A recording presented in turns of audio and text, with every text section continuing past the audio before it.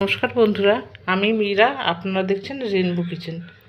আজকে আমি আপনাদের সাথে শেয়ার করব ইলিশ মাছের মাথা দিয়ে কচুর শাক। চলুন তাহলে দেখে নিই আজকের রেসিপি। এই দেখো কত বড় কচুর শাক এনেছি।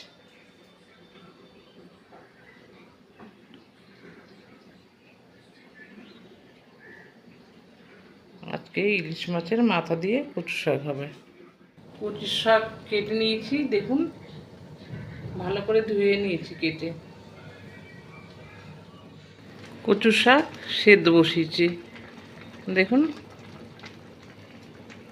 আমি অল্প করেই করেছি, অর্ধেকটা কচু শাক নিয়েছি, কারণ পুরোটা অনেক বেশি হয়ে যাবে, আমাদের লাগবে না।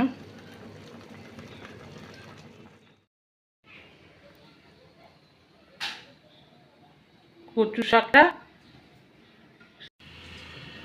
কড়াইতে সর্ষের তেল দিয়ে দিয়েছি, তেলটা খুব ভালো করে গরম হয়ে গেছে। এবার আমি ইলিশ মাছের মাথাটা লবণ হলুদ দিয়ে মেখে রেখেছি, ভেজে নেব।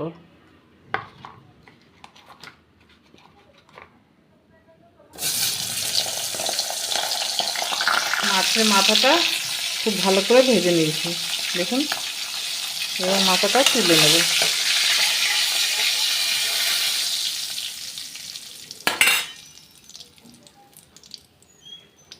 এবার ফোড়নে দিয়ে দেব জিরে, শুকনো লঙ্কা আর তেজপাতা।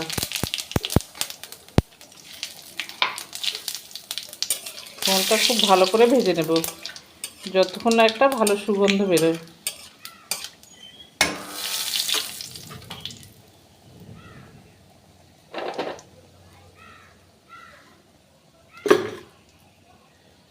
খুব ভালো করে ভাজা হয়ে গেছে।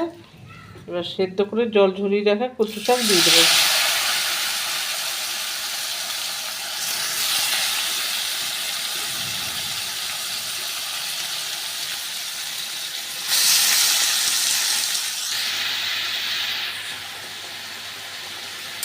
এবার ভালো করে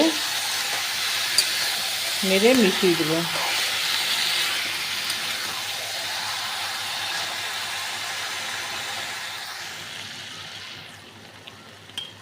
এবারে দিয়ে দিব স্বাদ মতন লবণ, হলুদ গুঁড়ো,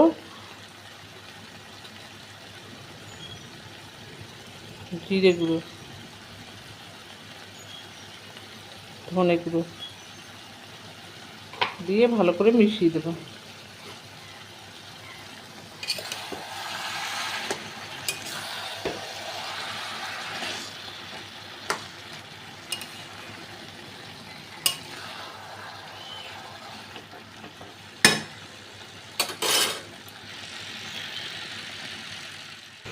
এবার আমি কাঁচা লঙ্কা দিয়ে দেবো, কাঁচা লঙ্কা চিড়ে রেখেছি, দিয়ে দেবো।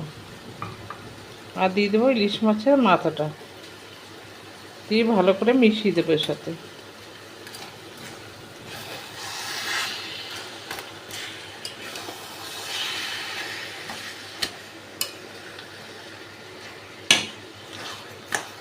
আর একটু নরম হোক।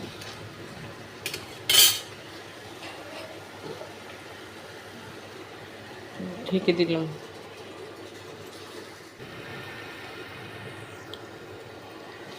দেখুন কচু শাকটা অনেকটাই হয়ে গেছে। আমি এবার চিনি দিয়ে দেব। কচু শাক একটু মিষ্টি মিষ্টি হলে কিন্তু খেতে ভালো লাগে। চিনি দিয়ে দিলাম, চিনি দিয়ে এবার মিশিয়ে দেবো। আসলে এক হাতে ক্যামেরা করছি তো খুব অসুবিধা হচ্ছে নাড়তে। কচু শাক আমার হয়ে গেছে, দেখুন দলা হয়ে আসছে বেশ।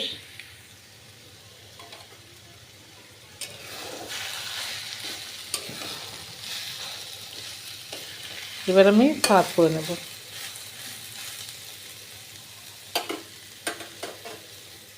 কচু শাক হয়ে গেছে, দেখুন আমি সার্ভ করে নিয়েছি। দারুণ হয়েছিল কিন্তু খেতে। আপনারা এইভাবে একবার ট্রাই করবেন।